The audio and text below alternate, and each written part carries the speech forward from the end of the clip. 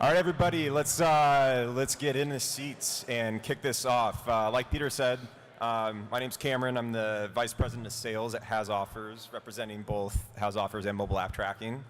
I'm really excited to introduce this panel. Really, the idea behind this panel is to get a very wide array of how publishers work in the space. So we have a couple of companies that work very similarly, some that are a little bit different, and a lot of the questions are going to be around how publishers are reacting to the mobile space. What do the ad units look like? What are the metrics that publishers use? And how do these companies actually leverage that to drive better content for advertisers? So without further ado, we'll start off introducing Matthias Lesch, and he is the Managing Director of CROBO. Why don't you tell us a little bit about yourself and CROBO? Thanks, Cameron.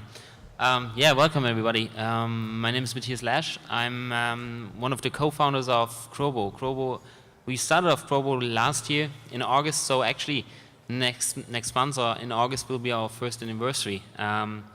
We bootstrapped the company like from starting it off with 2 people to around about 34 people actually right now. And we just had this tremendous growth over the last 12 months. CROBO is basically a performance game network specialized only in games, online games, social games, mobile games. We are coming from the background working in the industries for the last 6 to 7 years in the field of games. We originally started off by just operating a whole bunch of German and European gaming sites. And then at one point we just realized that we have all the contacts and the knowledge about the industry, and we just using it for our own inventories. That's basically when we started thinking about opening a network. Yeah, what makes us different from all the networks out there is like we're purely focusing on games.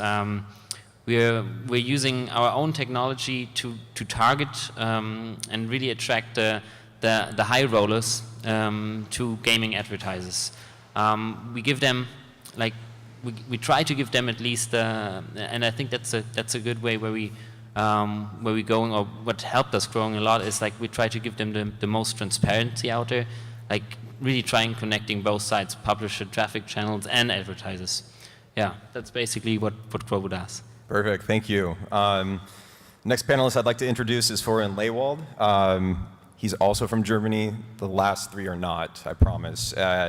So Florian is the CEO and founder of KissMyAds, and that is ADS, not ASS. So, Florian. Yeah. Thank you, Cam.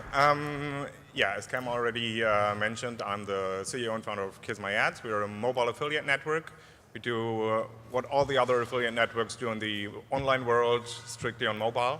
We have a lot of premium SMS services going around the world, and we're also doing apps now. But our main business is premium SMS and subscription services, especially in Asia and Southern America. And yeah, we started 3 years ago when I found HasOffers via Google, and then I met Cameron some months later, and we're doing a great business with HasOffers. And yeah, we're located in Cologne in Germany. We're opening an office in Singapore in January and another office in New York in the middle of next year. And yeah, that's basically it. Perfect, thank you.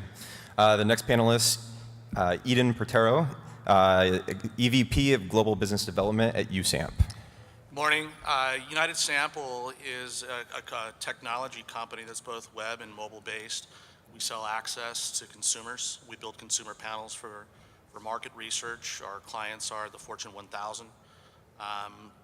We've moved from the web platform to mobile about 18 months ago. It's the future of market research as we see it. Again, our clients are the Fortune 1000. And we build panels globally. We're represented in about 120 different countries.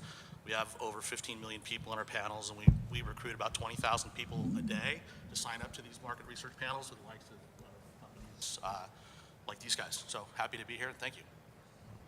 Thanks, Edan. John Cosgrove, Director of Performance Campaigns at Tapit by Funware. Tapit started originally a little over 2 years ago. We started primarily to become one of the first. Can you get a little closer to the mic? Is this Yeah. better? Sort of. We started a little over 2 years ago with the goal to become the performance-based ad network. We were acquired just last year, December 28th, by Funware, who is an enterprise application solution. The entire goal of Tapit is just to really put power in the hands of the publishers as far as providing them insight that they wouldn't get elsewhere. And we're just excited with the new resources we gained from the latest acquisition. All right, thank you. Last and certainly not least, we have Pepe Agell, and he is in charge of business development and operations at Chartboost.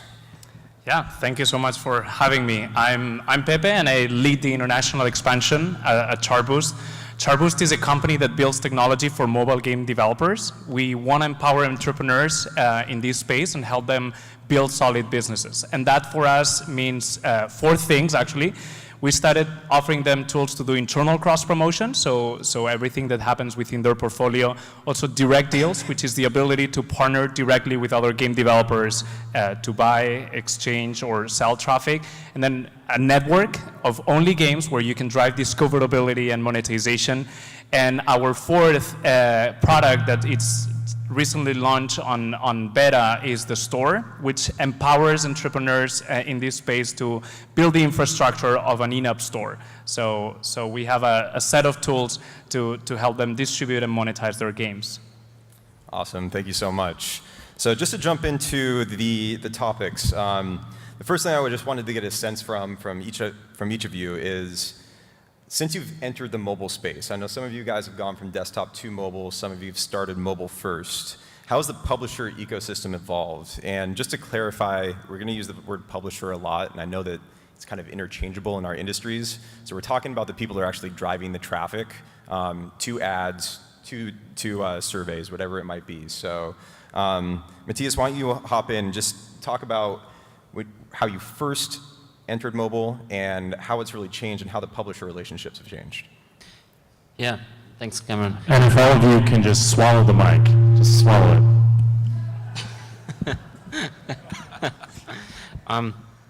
it. Basically, CROBO coming from online, it was a long way for us to get started on mobile, because it's the mobile environment is, on one side it's so different, but on the other side there's a lot of similarities. So we just recently saw a lot of things we can use, we already using in mobile metrics we can use, basically, for example, with our bigger clients we're tracking in-app events, which we did before. We tracked we had different multi-level pixels integrated with our advertisers on the online side. So coming towards mobile, we're seeing there is a need for more targeted ads, and this is also what makes it so difficult to actually get it started and get it started right. So this is basically what is the biggest challenge for us to explain the advertisers on that. There has to be, in order to run long-term campaigns, it is really difficult for them, or it is important for them to see that it's really playing out or working out for them, having a return on investment, instead of what we saw at the beginning, 6, 7, 8 months ago, advertisers just being in there, just wanting the traffic, and then afterwards, after 2 or 3 months, we're realizing that a campaign is suddenly not working out. It's not worth it. Yeah? So this is the challenge we're having, and I think being in the online field for a couple of years and having all these metrics and kind of knowing what the advertisers, especially in the field of gaming, are interested in and what they really need, helps us a lot to compensate growth and to grow even faster in mobile for us now. Great. Florian, I think that you started in online advertising in 1995, right? That's right. Yeah.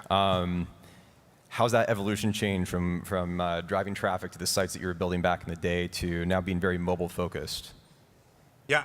Yeah, I think it's pretty equal. if you're doing online advertising, you know the metrics on how to target people, on how to reach the right audience, and how to get them on your sites. And at the moment, it's just switching to other devices with smaller screens, and you can get the user in the bed, on the toilet, in the bus, and there are so much possibilities to reach a user on a mobile phone or on a tablet. So basically, it's the same, but there are just way more possibilities to get the user now. Great. Eden, I know that you have a really interesting use case, just how you transition. We come from, we're web first. In our user acquisition strategy, we run nearly 100 different websites, and those websites are dedicated to what we call cohorts. So if we're looking for a specific type of individual, a mom with children, or a gamer, or a business person, we have dedicated websites that we drive traffic to. We were able to take all of that learning from the web over the last 5 years or so and drive it into the mobile space. Lucky for us, a lot of our publishers that we're using for our traffic acquisition strategies moved to mobile at the same time we did. So we have those relationships embedded. They understand our metrics. Our metrics are very defined. We don't waver from them. So we understand very quickly if traffic is going to work out for us or not, and we can turn it on or turn it off. And also in our world, we try to do what's called just-in-time recruitment. If you know anything about consumer panels, there's a lot of attrition that goes hand in hand with that. People don't stick around. So it's not prudent for us to spend the money to recruit somebody and have them wait for a study to come along. So we can go out and acquire the traffic right away. And we've learned to do that on the web, or when the study comes up, we learned to do that on the web, and then we've applied that to mobile. And it's a murky space, but thankfully we've got a lot of metrics from the last 5 years that have helped us to bridge the gap.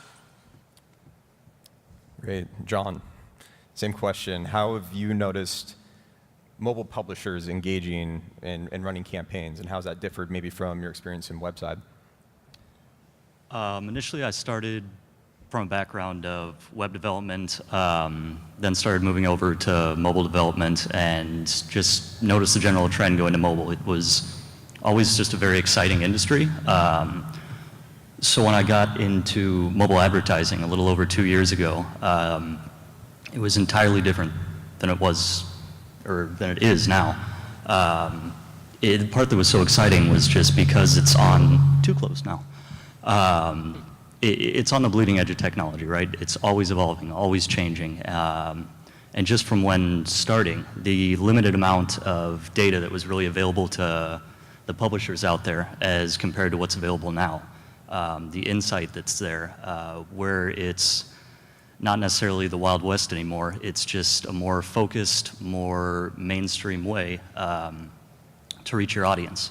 And the metrics and the way you have to go about reaching them has evolved since then. And it's exciting to watch. Perfect. We know something about metrics and postbacks, right? Like that's what it's all about, is getting the data back to the publisher. Pepe, mobile publishers. Yeah, well, that's all I can speak about because Chartboost has always been on the mobile gaming space. We've never done any advertising on web. Actually, so Chartboost was born from a gaming development experience, right? Sean and Maria were founders, and the original team at Chartboost were at Tapit before. And they made games, and they struggled with some of the pain points that developers had at that time. So the vision of Chartboost was to change ways advertising was made. The main challenge was transparency, and we're going to talk about the metrics that we care today, right? But advertising was basically a black box where you, as an advertiser, just put some money in, and you hope to get some users in return. And the same from the publishing side. There was no control over what was being shown on your games. And also in terms of format, it was a very young industry when we started a little bit more than 2 years ago. Formats were pretty bad, actually pretty ugly. They disturbed the user experience. And I think that publishers have changed not only on the level of transparency that they're requesting today, but also the way they A/B test, the way they care about the format, because they've realized that advertising is an important part of their business model, and it doesn't need to sacrifice user experience, right? So that's for me the main change that I've seen on the publishing side.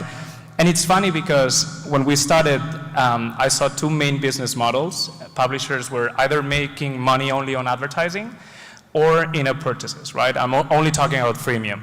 And now what we've seen is that with the set of tools that we're providing them, they're going towards the middle, to a mix model. And that's something I've seen in the last year probably, where because they realize that advertising can be part of the gameplay if you do it in the right way, they're going towards a mix model where they're monetizing paying users through in-app purchases, but then the rest of the user base is carefully monetized through advertising. Great. That's interesting. So we start talking about the gameplay of a publisher, right, in the gaming space, and how that actually is engaging the user for another brand. So we're talking advertisers, we're talking publishers. How do you guys prioritize the demands of both those different partners? Do you move when the advertiser says jump, move, or do you jump when the publisher says jump? So from the eyes of Chartboost, we offer a single SDK, and that allows you to do everything. So for me, the most important, I don't talk about advertisers or publishers, I just talk about game developers. And for me, the most important thing is that the app is integrated on our ecosystem, right? Obviously, you need to take care of the balance between advertisers and publishers, but the reality is that most of our big players are doing both at the same time in different, for example, it depends on the geography. They know which countries monetize the best, and these are the countries where they're spending on user acquisition, and they know which countries have high traffic, but traffic that doesn't monetize. And then they explore publishing opportunities on those regions. Great. Thanks for bearing with us on the audio adjustments here, too. Anybody else, can you speak to that? Like, how do you prioritize what the advertisers might be asking for running a campaign versus what the publishers are really looking for in order to drive better results? We are doing it a little different. For myself, my clients are my publishers because they are driving the traffic. At least the advertisers are paying the bill. But when a publisher is having traffic in a certain region or country or something, we try to get advertisers with products specific for those regions or countries, and at the end I have to make my publishers happy because they are bringing us the traffic and they're bringing us the money, and therefore my clients are the publishers. I'm on your side, Florian, as well. I mean, Chartboost has always been on the publishing side, and this is how we've been able to create that tremendous developer base, and that's ultimately positive for the advertisers, right? Yeah. But we've always been on the publisher side too. Yeah. Great. Do any of you guys differ in where the advertiser is really driving the content, or the different publishers that are going to be driving the traffic? Yeah, I guess we're doing it a little different in a way, in most of the ways similar to them, but like still kind of special. Since we try to deliver best quality services to both sides, actually, obviously we have to care a lot about our advertisers. Like they trust us. They're really like at least they have the expectation from us that we are really specialized in the field of gaming. So we have to really carefully see what works for them, what kind of placement works for them, what kind of traffic works for them. And also, we all the time have to watch, like coming deeper and deeper into mobile, and especially what Pepe also said, like having on the publisher side, like lots of gaming, actually advertising clients from us, driving traffic through other products. We have to also watch that and see that there's no conflict of interest, yeah, between advertising and publisher side. So that's kind of what we're in between, the middleman, trying to satisfy both sides. Great. Yeah, it really sounds like it's segmentation and being able to identify the best user for the advertiser, and then building a publisher strategy around that and finding the right publishers that are going to be able to drive that content based off of location, demographic, and general interests. I guess to each of you, and maybe John, do you want to start on this? What does Tapit and Funware really provide that allows the publishers to leverage the data and drive the best traffic for your advertisers? As I mentioned before, we started off with the intent of being the performance advertising network. What this meant is that we went into it wanting to provide right out the door the absolute most amount of data that you could possibly pass back, most amount of insight you could see from where you're running the traffic. So we made available plenty of macros. This is just a plethora of macros. So you could see exactly where you're running down to the version of the operating system, just every piece of data you could possibly need to optimize. And what this did is not only make it clear to see what was working and where it was working, but it allowed them to really maximize the amount that they were able to bid, the amount they were able to put into the campaign. And this really backed out on both ends for them and for our developers, because they're able to get the maximum for their traffic, and our publishers were happy because they're able to get the right kind of traffic that they need at the price they need it. Great, thank you. Anybody else? Is there anything specific, any tools that you're giving your publishers that that allow them to essentially make money and make money for you? Eden, I think that you have an interesting. So we flipped the model. I mean, I'm an advertiser first, so but we do. I mean, for the transparency that we'd expect from guys like these, we also provide that. A lot of the ways that most of the way that I compensate my traffic sources or the publishers is in a deferred revenue scheme. So when people or publishers send me traffic, I pay them every time one of the individuals that they send to me performs an action. And by virtue of having to do that, or wanting to do that mostly, we give a lot of information back to the publishers so they understand exactly how their traffic is performing. I know that they're all plied with tools to track and monitor what's going on, but we have a team of individuals, half of them are sitting out here in the audience today, that are always available for the publishers to talk about the performance of their traffic. It's important for us for them to understand how things are performing on our platform. Great. So I think that this is a good opportunity to open up the transparency discussion, right? Because it's about sharing what the advertiser's main goal is, and how do they provide that information back to the publisher so the publishers can really optimize the campaign. So we've talked a lot about data points. How do you guys handle that transparency relationship without giving away your added value as being a network or anything along those lines? Yeah, that's really something we thought we had a couple of thoughts about, and that's a field where you have to be really, really carefully, because on one side, the advertiser connections are really important, and you want to value them, and you want to give them the most and best transparency you can offer, obviously to satisfy the client. Clients like EA, like Kabam, like Ubisoft, they're not willing to advertise in a black box anymore, like Pepe said. Like they used to do in the years back.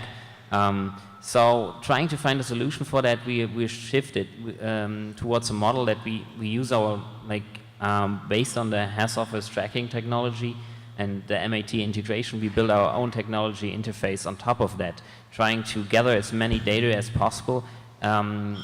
Like also on the post-install data and post-install data and post-registration data, and we're feeding that data back to over our interface to the publisher side in order for them to also on their side rate the traffic sources and classify them in terms of is it an affiliate, is it an SEM, is it SEM traffic, is it display traffic, is it incentivized pop-up. And we're feeding that information then again back to the advertiser side. So giving them the most possible transparency without giving them actually the names of our publishing traffic sources. And that model has been working extremely good for us, because it's like you really help the advertiser optimize their campaigns. Yeah? And that, I think that's the way to do. That should be the goal of an gaming network. Great, yeah. Florian, transparency. How does that work in KissMyAds ecosystem? Yeah, as I already mentioned, my clients are the publishers, and most of my publishers don't even tell me where they're getting their traffic from. So if an advertiser really wants to know where he's getting his traffic from, we can offer him to give him certain groups of publishers where we know that they are buying traffic on several networks or having their own apps or things like that. But we never give out the names of the publishers because we are the middleman and they can connect without us as well.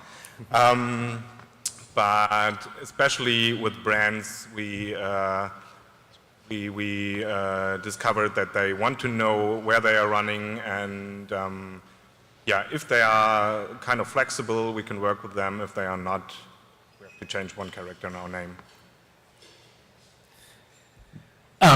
Oops, sorry. So for us, transparency is really core. This is actually why we started Chartboost, right? And basically, for me, transparency means data, like what you, John, you were saying. It means everything related to the install, geographical data, device data, to the publisher, and also to an app level, right? This is something we've been providing since the very beginning of Chartboost because we couldn't find a solution out there that gave us information about app to app, right? And in the end, the main KPI, what we're trying to build a business here. So the main KPI is revenues, no matter in which side you are. If you're an advertiser, you want to maximize ROI. If you're a publisher, you want to maximize revenues, right? And the eCPM, in this case, it's an important metric, right? Because it tells you about not only how much the advertiser is willing to pay per install, but also what's the click-through rate, the install rate, the overall conversion. And that tells you a lot about the way two different apps resonate together, or in our case, it's only games. And that KPI has been crucial, and we want to provide both the advertiser and the publisher information about each one of the apps. So to see how many impressions, clicks, installs, and the device IDs that you're getting at an app level, because that's the most powerful tool you have. You need to select what valuable sources are out there as an advertiser, and you need to reserve your inventory to valuable advertisers if you're a publisher. And we had a vision, but we didn't know exactly if that would work. And the direct deals part of our platform got us a little bit scared in the beginning. A lot of people told us that that wouldn't work. That we were killing ourselves with a solution that allowed developers to partner directly without paying anything to Chartboost.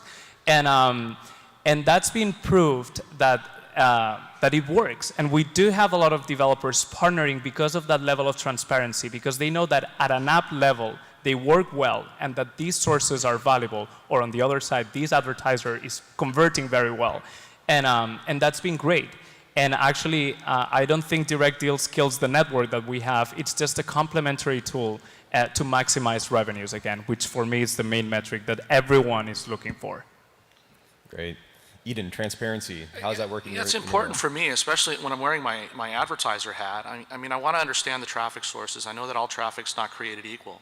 So if these guys can give me more transparency and help me understand what sources of traffic are converting, I can run a better economic model on my side. I have no interest in disintermediating these guys. They're built to go out and manage the traffic sources. I'm not built that way. So I rely on these guys to help me understand where the traffic's coming from and to nurture that traffic and help me run a better business. Does anybody else have any comments on transparency?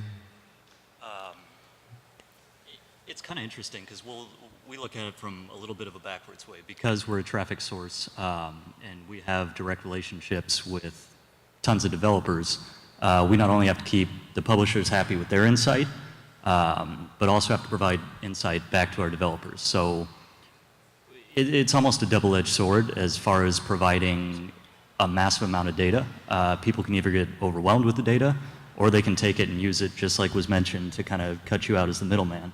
But as it progresses, it kind of, what we've seen so far is if you become a valuable enough resource to use, you don't have to worry about them cutting out the middleman. So they'll keep using you for the data, for the resource tools you provide.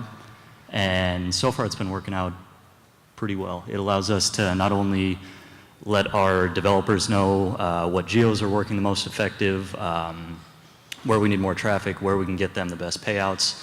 as well as keep our publishers happy because they're going to know exactly where they need to be running, exactly what's working for them, and it's mutual growth. So really it's tools and the relationships that's bridging the advertisers to the publishers that's still allowing you to play a valuable piece in that ecosystem. Yeah, and at any time somebody could go and realize I have enough information now to go out and make my direct buy and cut you out. But you just kind of hope they don't. Great.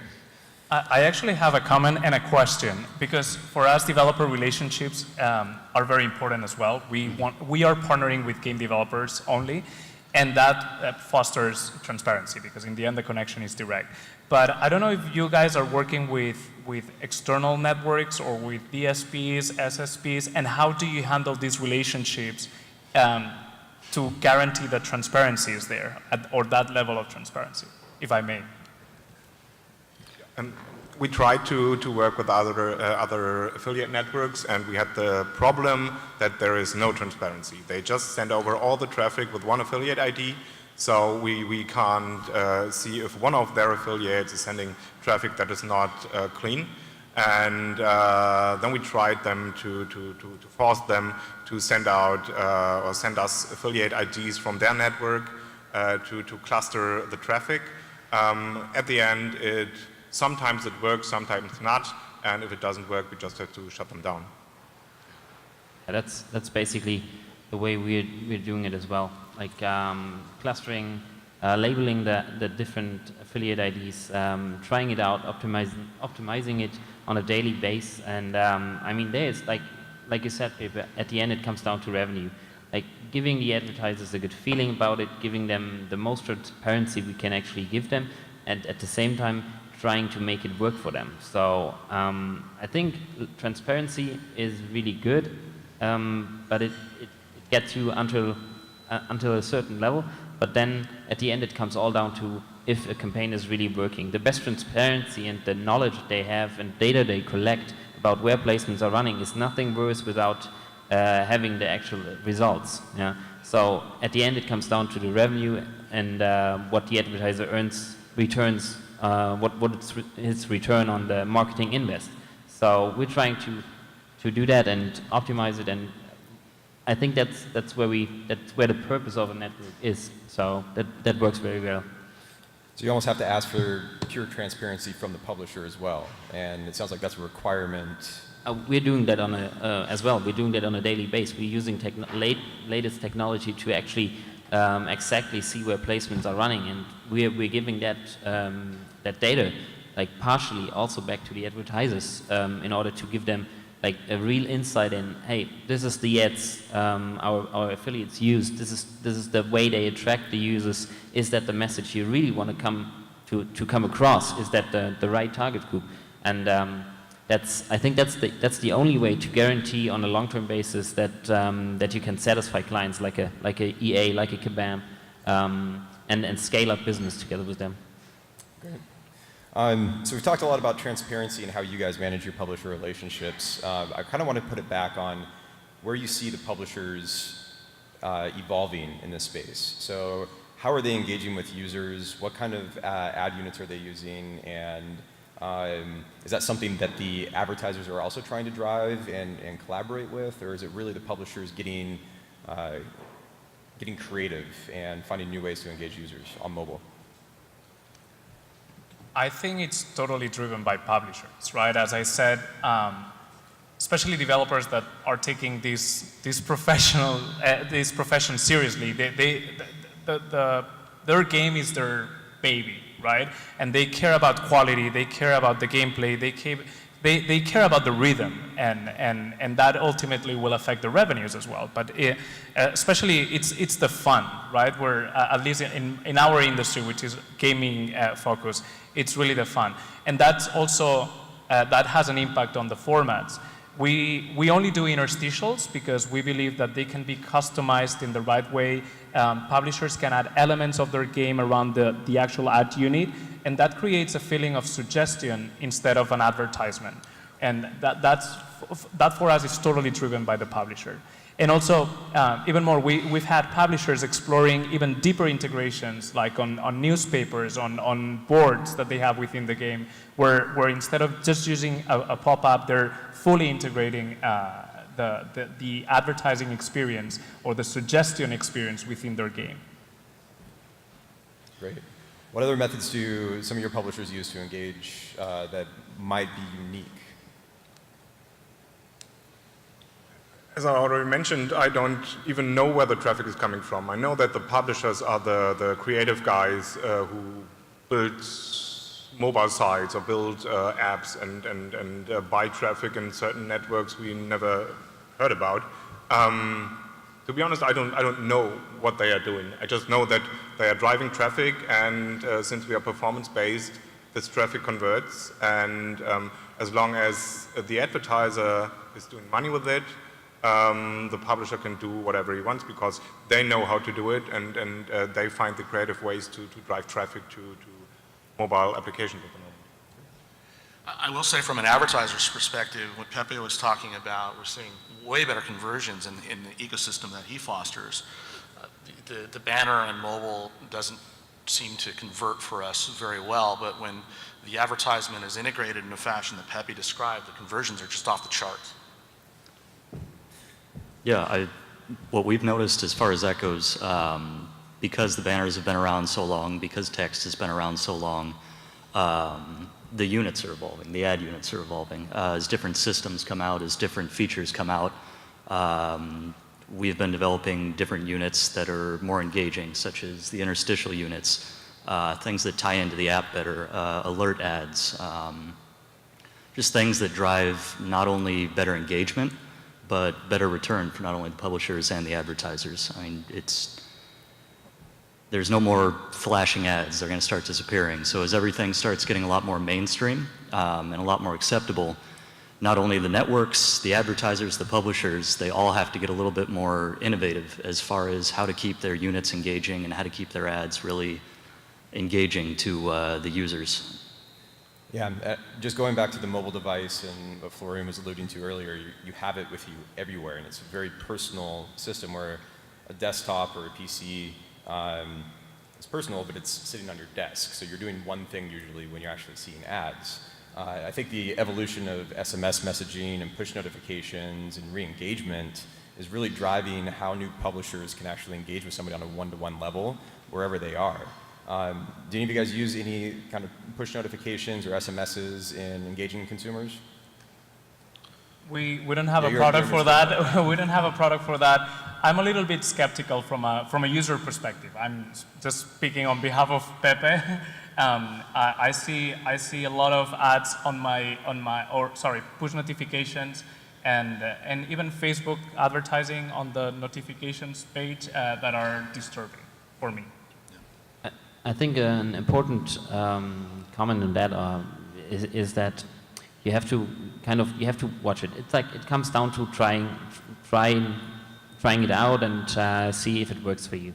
So we do have a really strong publisher base, doing all kinds of traffic, trying all kind of sources of traffic, also push notifications. So we try to be very, very transparent to the advertisers about that, and also tell them, hey, this is a partner. He does actually drive traffic to your game over push notifications. So please give us a daily feedback on how it's working out for you. If it's not working, we will stop it immediately. So if it's working for you partially, we will try out different products, different.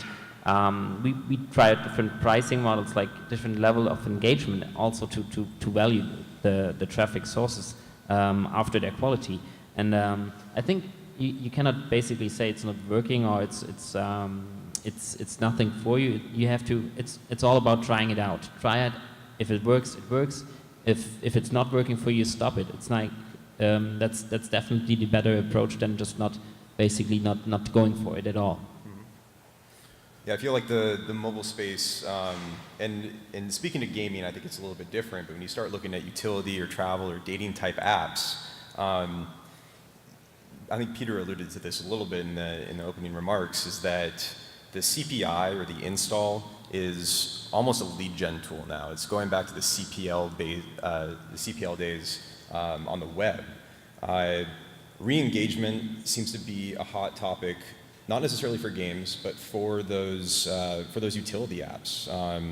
If a publisher is able to geofence somebody in and identify that they're walking into a mall and you can push a coupon or something along those lines, I think that publishers are starting to evolve more in utilizing that singular device and knowing where you are and being able to target you. So with that said, Pepe, I believe you guys work on a cost per install basis. CPC and CPI. CPC, CPI, and ultimately looking at eCPMs. Right.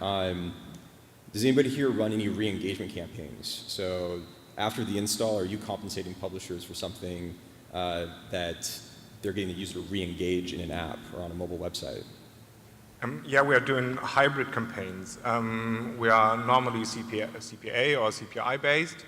And with some advertisers, we tried re-engagement campaigns like there's a small CPI that is paid on the installation.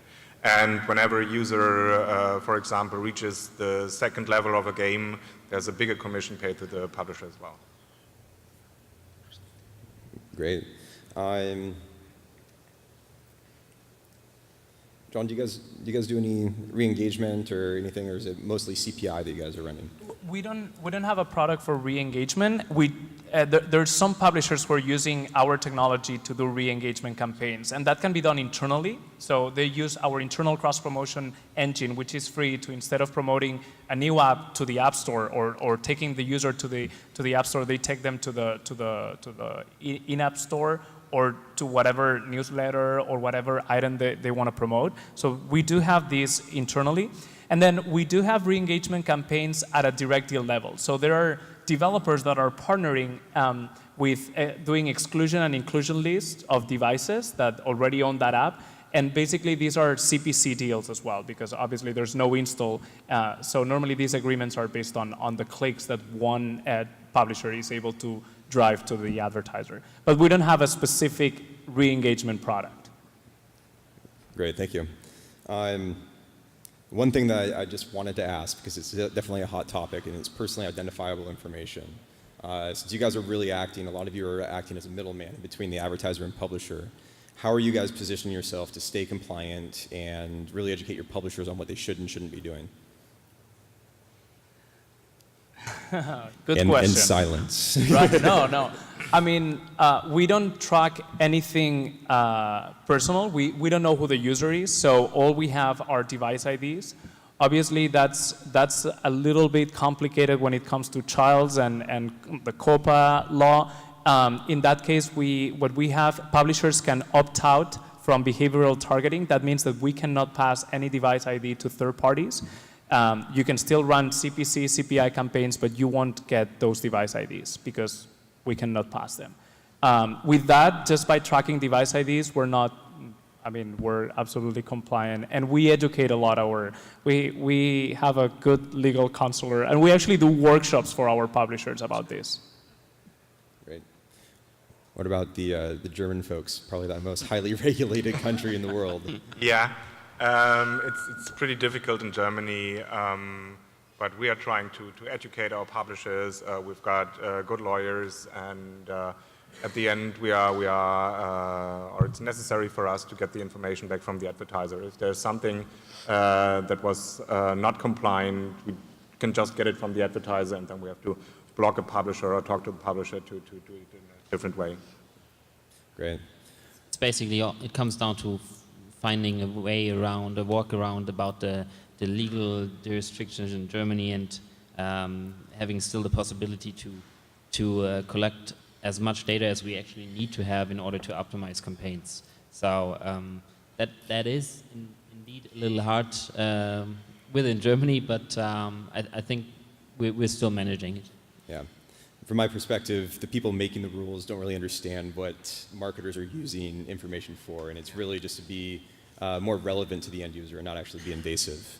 I want to thank everybody for the insight. I really want to take a couple moments and open this up to the crowd to do Q&A. anybody that might be new to the mobile publishing space or just have questions about how their business is run, Peter will run out and hand the mic off to you, and hopefully we won't get too much feedback. I mean, we want feedback from you, not the mic. I have one question for you guys. Sorry, I'm Todd Hooper from Unity. You guys talked a lot about innovation in new sorts of ad units like interstitials and push, most of which is outside IAB standards. If you had to choose on the side of standards that advertisers enforce versus innovating with stuff that works, where do you guys fall on that spectrum? As far as sticking with standard ads, you obviously are going to offer all the standard ads, but when it comes to innovating new ad units, most of the time the ad units will come out, and then the more they're widely accepted, the more they're used, the more they're proven and proven to be acceptable, then they'll be adopted, usually as a standard unit. I know several units out there that aren't necessarily standard units, but are very widely requested just because they work, they're compliant, people enjoy them, and no one finds too much offense to them yet. For us, it's basically, that's where our work starts really kicking in, and that's where we have to, especially on the advertiser side, we have to convince our clients, because like basically the bigger ones, some of them they're running over agencies, and agencies usually stick to EAB standards and standard ads that have been proven that they can measure, and that's where we actually have to do a really hard job in convincing them that they are, like, it's not only the standard ads that perform. Yeah, we're way past that level already. So this is really where it comes down to our sales. Yeah, in order to convince them, try it out. We will optimize it together with you, and we are pretty sure that it works out for you guys. Hi guys, I have a quick question about the guys that said they're mostly a middleman. What are you guys doing to prevent fraud, and what are you guys seeing publishers are trying to fraud the system with? Yeah, we see a lot of fraud, and I'm always interested in fraud because I want to understand how it works. But to prevent it, we don't have any possibilities to find out what's fraud and what's not fraud. So we talk to the advertisers very often, and the advertiser is the only one who can tell us if the traffic that converted was correct or was not correct. And if I get a notice that some kind of traffic wasn't clean, I try to find out which publisher sent this traffic, try to find out how he did it, and then I have to ask him to stop it. And maybe I try it myself. That's basically what we do as well. Getting in a little more deeper in that we actually try to replicate fraud in some cases. So we have an own IT team that really works on intensively on looking at fraud and looking at what actually is it that made it possible to actually get the install, and not seeing it, not letting it seen the advertiser in the first place, or letting us detect it in the first place. So that's definitely a topic where we're getting better and better from day to day actually. And what we currently do a lot is like look at the placements, look at the once we have the feedback from the advertiser that it's not working out, that he doesn't see any activity rate, that he thinks it's a bot. Something like that.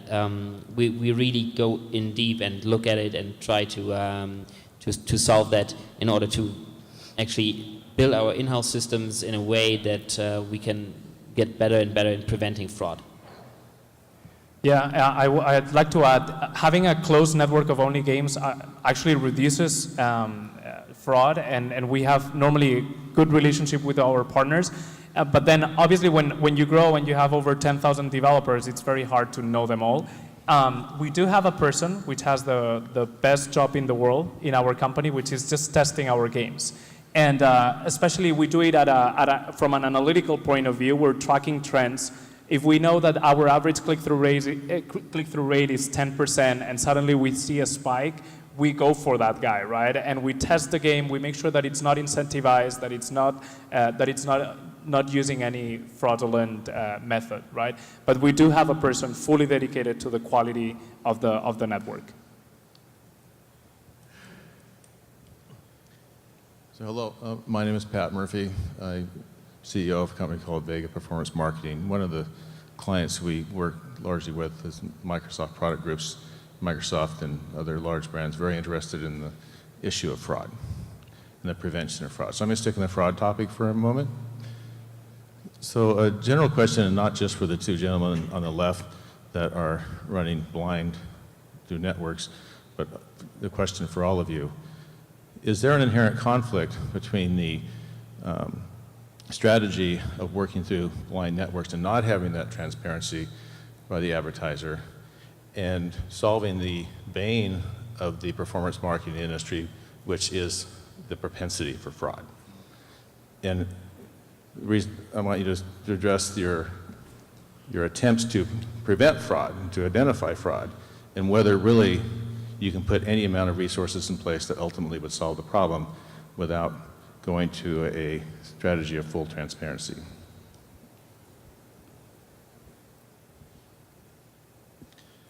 I'll actually speak to that because I see a lot of different networks that are running, and I think that it might not necessarily be full transparency. I think that everybody's kind of indicated this here, that if you have transparency with your publisher from a network standpoint and you have transparency with the advertiser, you as the middleman can help eliminate it by finding those trends.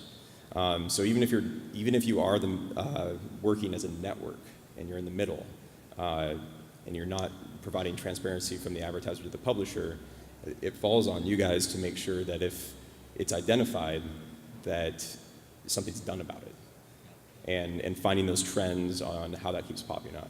I don't know if that answered it directly, but I actually have a thought about that too. When you think about maybe if someone has their own internal media buying group that's actually working with all direct publishers and say it was all extremely perfectly transparent, there's still someone in the middle that is reporting to their boss that has to determine like that this is working and this is the right relationship, and yeah, that ultimately we're creating value.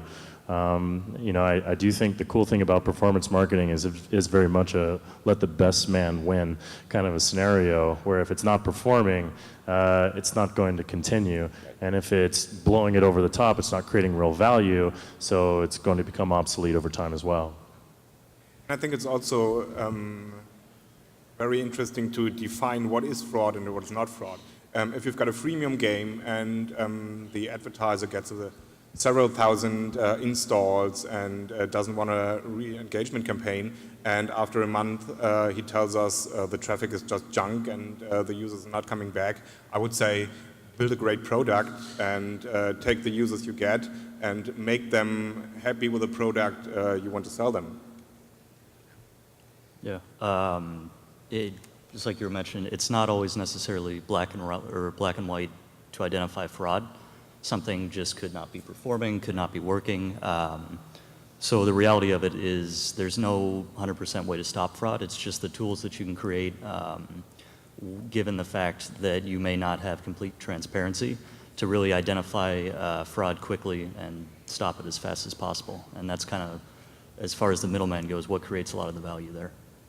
Right, and from a Chartboost perspective, we actually want the developers to also be responsible for that fraud, and have full control over what they're doing. So what I mean with that is that level of transparency, actually, and related to control, allows you to block apps that you see that are doing something suspicious. So, and we've seen advertisers blocking publishers just because they know that that publisher, whatever the app is doing something wrong, right? And so if you tie transparency with control, I think it's the best way to prevent fraud. We have a responsibility as a platform that connects developers, but developers also are responsible for the interactions that they're having between them. And if you give them control tools, they can block each other. Yeah, and coming back to your question in detail, it's like it's not really a conflict of interest, at least not for me, because it's like being the middleman is you have a great and huge responsibility towards your clients, yeah, and the responsibility goes towards your advertising clients in order to make them to satisfy their needs. So they will most likely, or what is most likely, they will definitely stop the campaign if it's not working for them. And you obviously want to work with them on a long-term basis. At least that's what we're trying to achieve with CROBO. We're not running campaigns for 2 or 3 days. We want to work together with your advertising clients for 2, 3, 4, 5 years, as long as helping you along the way, helping you with several products. And being said that, it's just a way how to compensate on it, how to give you the best feeling about it, how to give you the most transparency without compromising our whole purpose of being there as the middleman. I'm Steve Clark. I'm a independent consultant for indie developers, helping them with in-app purchase strategy and also on their ad networks. Pepe, you touched on something that I hear very often, and we probably all do, about gamification and integrating the ads so that it enhances the user experience instead of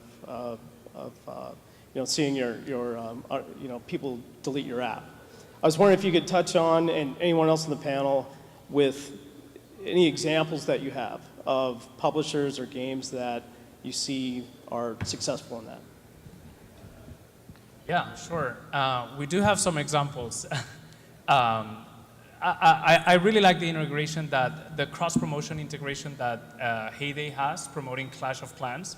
That's in an element of the game. It's a newspaper, it's a social feature where people go there to buy produce from other users of the game, and suddenly they see an ad, which is a natural aspect of a newspaper. All newspapers have advertising, and they're driving users to another app from Supercell, which is Clash of Clans, right? I like this. I've seen amazing frames on our interstitials. Actually, there's a game developed by a developer from Barcelona and published by Zynga called Respawnables. They're publishing interstitials with an amazing frame. And when I saw them uploading the frame, I went there and I saw their performance. It was 16% average click-through rate when the average on the network, across the network, is 10%.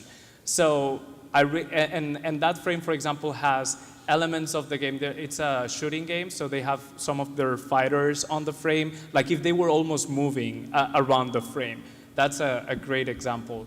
I remember Fluic had a zombie version of Office Jerk.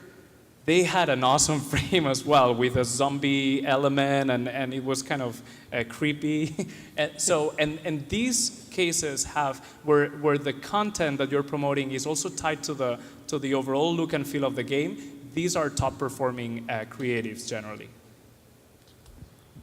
Thanks.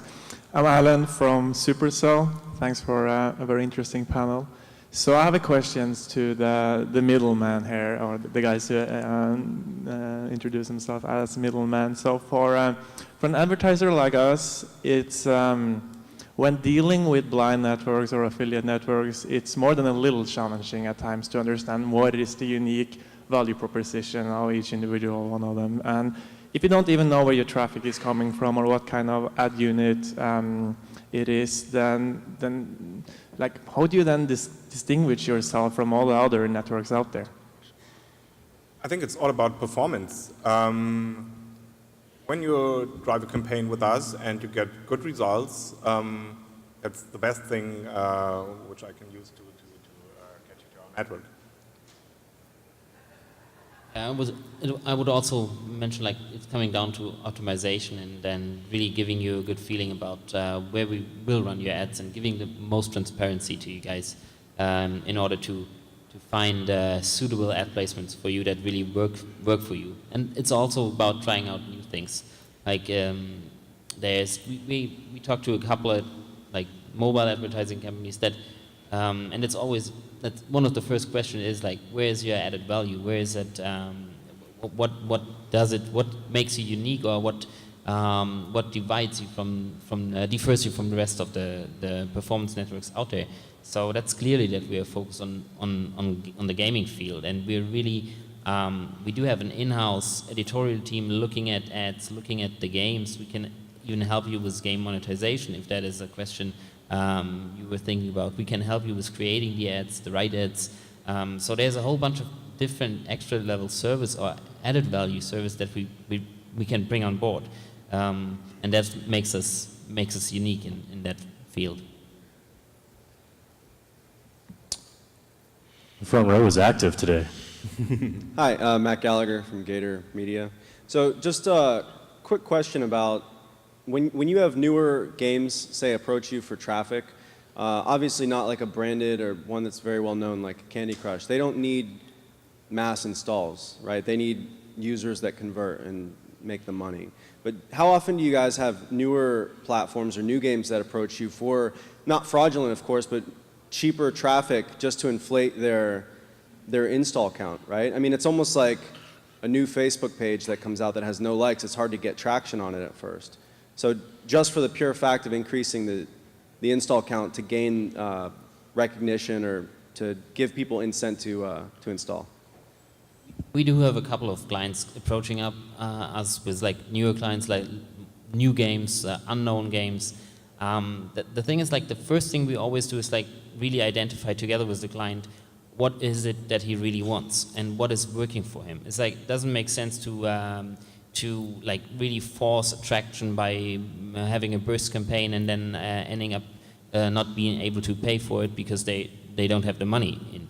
So there are a whole bunch of different ways you can do it and services or campaigns you can run.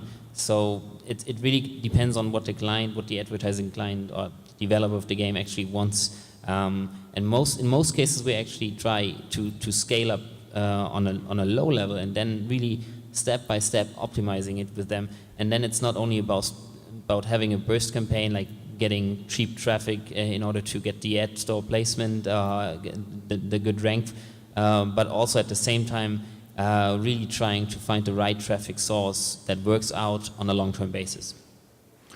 I've got one last question, and before we dismiss, really this one has a lot to do with where we come into the picture, obviously. What are the biggest challenges around matching and attribution that you guys have and experience with both the advertisers and the publishers? And then the second part of the question, what problems do you have or challenges you see with postbacks, with actually creating that communication to these parties?